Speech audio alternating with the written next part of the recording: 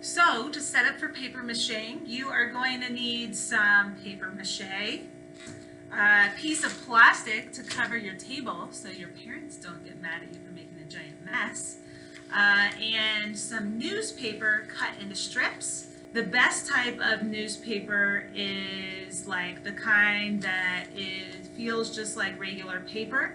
You can use the type that feels more like a magazine, but it's not as good.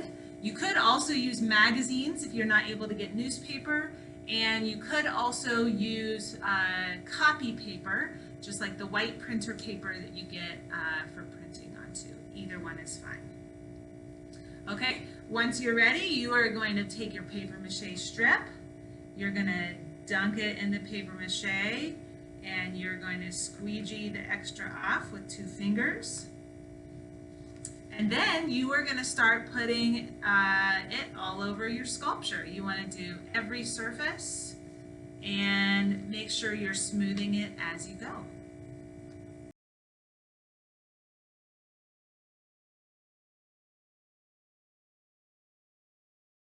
Notice how as I'm wrapping the paper mache, my newspaper is going all different directions and it's overlapping.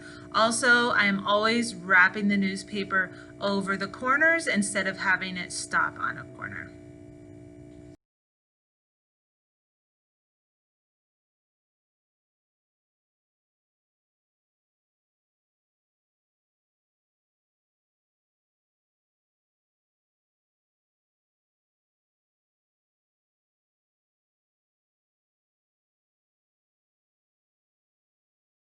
Okay, I'm all done.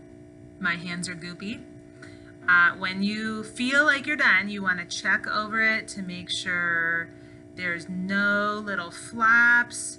Everything is as smooth as you can possibly get it, and there should be no cardboard or tape showing at all anywhere, including the bottom.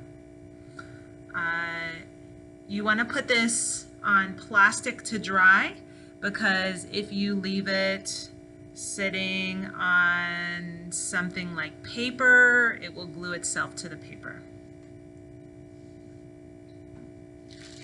And it will dry better if you leave it, actually you want to just leave it the way you want it to stand. So leave it standing just like this to dry, and then it might take overnight to dry, so leave it in a place that can be there for at least a day. And then tomorrow you might have to flip it upside down because the bottom might still be a little bit wet.